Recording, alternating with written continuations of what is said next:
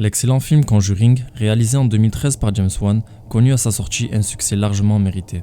Inspiré d'une histoire vraie, il permit à de nombreuses personnes de découvrir Ed et Lorraine Warren, les célèbres enquêteurs du paranormal et l'incroyable histoire de la famille Perron. Si le film a changé de nombreux éléments du récit original, la réalité dépasse pratiquement la fiction. Peu de temps après la sortie du long métrage, Lorraine Warren commentait d'ailleurs l'affaire en ces termes. « Mon Dieu, c'était quelque chose ce cas d'Harrisville ».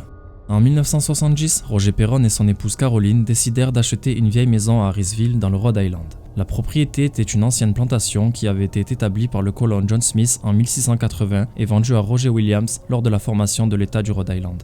Située sur un terrain de 800 m², on la surnommait The Old Arnold Estate et elle était constituée d'une ancienne ferme de GPS construite en 1736 et d'une grande grange.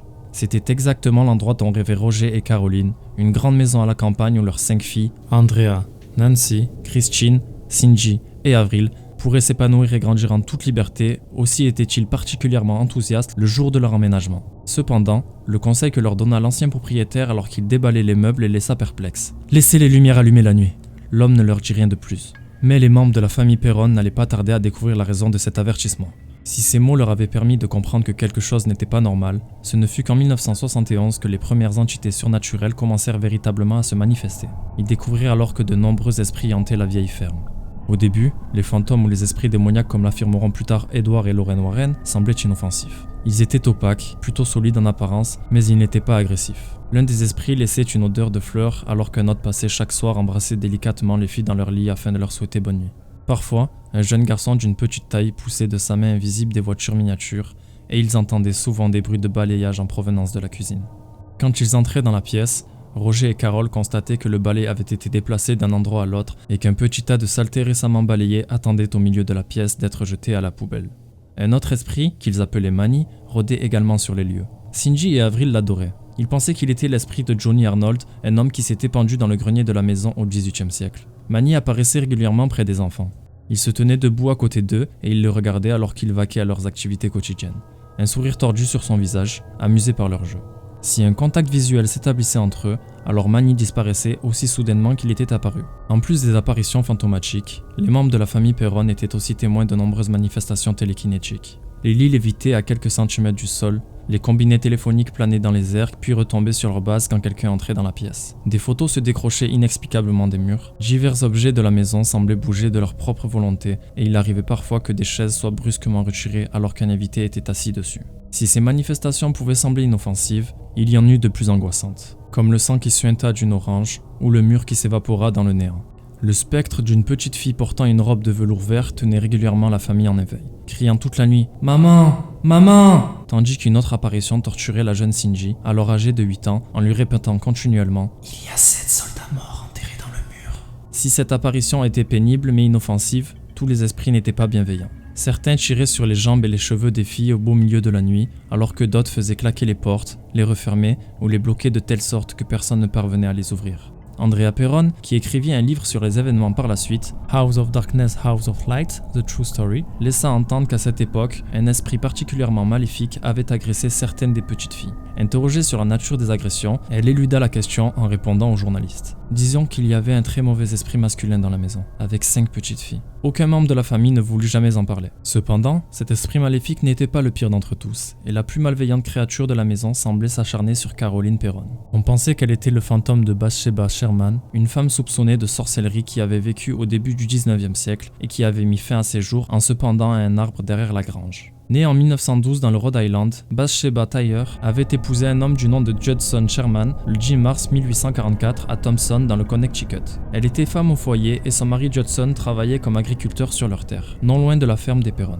De son vivant, Bathsheba avait connu une vie de solitude. Elle était devenue un paria de la société après avoir été accusée du meurtre de son bébé. Le corps de l'enfant avait été retrouvé avec une grande aiguille plantée à la base de son crâne et Bathsheba avait été accusée de l'avoir sacrifié à Satan. Faute de preuves, l'affaire avait été abandonnée. Bathsheba était également soupçonnée d'avoir eu 3 autres enfants dont aucun n'avait dépassé l'âge de 4 ans. De plus, si l'on croit les légendes locales, ces enfants n'étaient pas les seules victimes.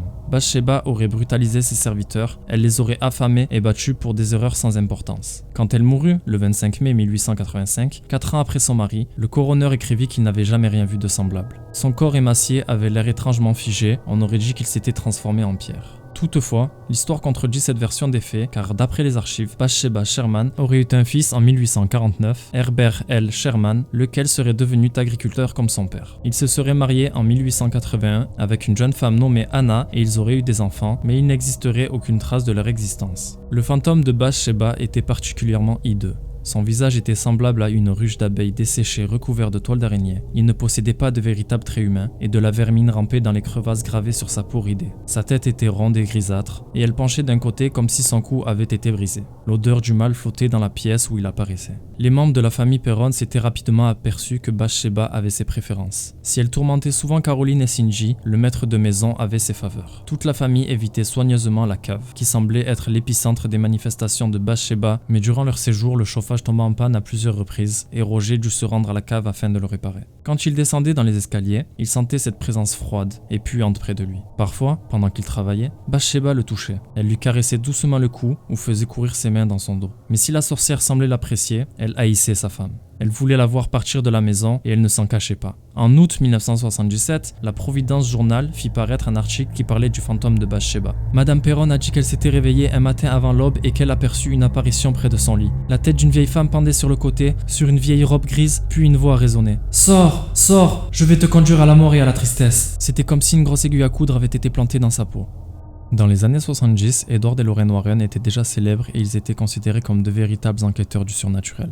Pendant des décennies, ils avaient enquêté sur des phénomènes de hantise et de possession démoniaque à travers tout le pays et dans un certain nombre d'affaires. Ils avaient réussi même à convaincre le Vatican d'exorciser certains des esprits qu'ils avaient découverts. La rencontre entre la famille Perron et les Warren fut le fruit du hasard. Ed et Lorraine Warren avaient été amenés dans le Rhode Island par un groupe de chercheurs du paranormal et ils s'étaient tout simplement retrouvés devant chez eux. Des années plus tard, Caroline Perron décrivit leur rencontre ainsi. Madame Warren est venue dans la maison sans rien savoir. Elle était entrée dans la cuisine et elle a dit « Je sens une présence sombre » et son nom est Bathsheba. Selon les Warren, Bathsheba, la sorcière avait assassiné sa plus jeune fille en sacrifice à Lucifer. Puis elle avait suivi d'obscurs rituels avant de se pendre, espérant ainsi demeurer éternellement sur les lieux pour les hanter. Elle avait également maudit quiconque vivrait sur la propriété et l'efficacité de cette malédiction pouvait se vérifier à travers les nombreuses tragédies qui s'étaient déroulées après sa disparition.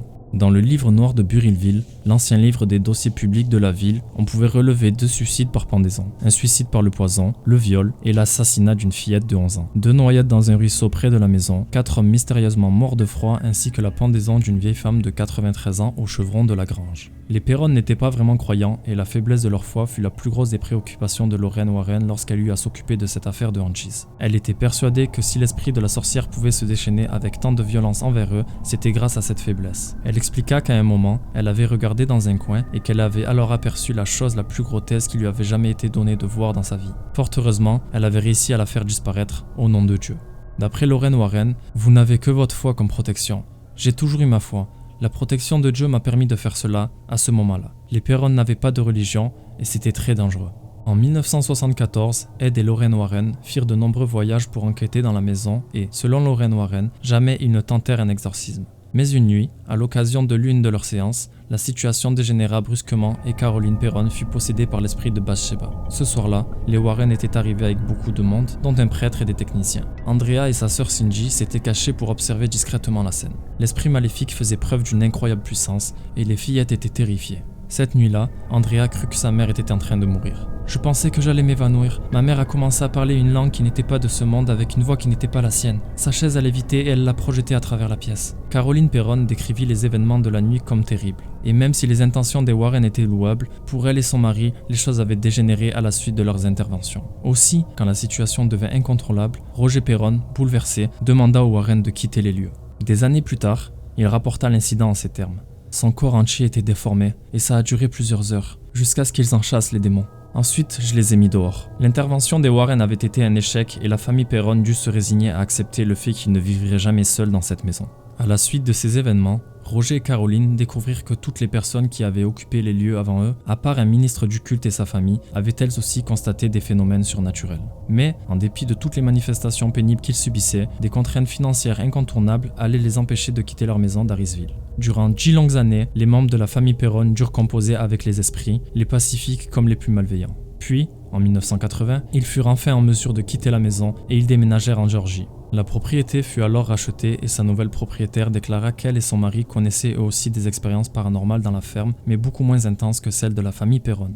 Ed Warren mourut en 2006, mais Lorraine enquête toujours activement sur les phénomènes surnaturels. Elle gère également un musée privé occulte à l'arrière de sa maison à Monroe, dans le Connecticut, à l'aide de son neveu, Tony Spera. Après la sortie de son livre, Andrea Perron ne fut pas spécialement surprise de constater que certaines ne croyaient pas à leurs histoires. Récemment, elle leur a répondu « Toutes deux, ma mère et moi, préférions avaler notre langue plutôt que de dire un mensonge. Les gens sont libres de croire ce qu'ils veulent croire, mais je sais ce que nous avons vécu. » Voilà, j'espère que cette vidéo vous a plu, c'est quelque chose que je voulais faire depuis très longtemps et qui me tenait à cœur, donc n'hésitez pas à me donner vos retours dans les commentaires, comme ça je saurai si je devrais en faire d'autres à l'avenir. Si vous avez kiffé, likez, commentez, partagez, abonnez-vous, cochez la cloche. Très important, dites-moi si vous aimez le fait que je raconte l'histoire sérieusement de A à Z, pour vous mettre dans l'ambiance justement, ou si vous aimeriez que je casse un petit peu le rythme en faisant quelques blagues. 77% des personnes qui regardent mes vidéos sont des non-abonnés, donc si vous regardez cette vidéo et que vous n'êtes pas abonné, faites-le s'il vous plaît, c'est gratuit. Et si vous changez d'avis et que mes vidéos ne vous plaisent plus, vous pourrez toujours vous désabonner, ça restera gratuit. Surtout, n'hésitez pas à me donner vos critiques dans les commentaires, qu'elles soient bonnes ou mauvaises, du moment qu'elles sont constructives et qu'elles permettront de m'améliorer. Je prendrai en compte tout ce que vous me direz, ça me permettra d'améliorer la qualité pour les prochaines vidéos. En tout cas, moi ça m'a beaucoup plu de faire cette vidéo, donc je vous dis prenez soin de vous et on se donne rendez-vous pour la prochaine vidéo.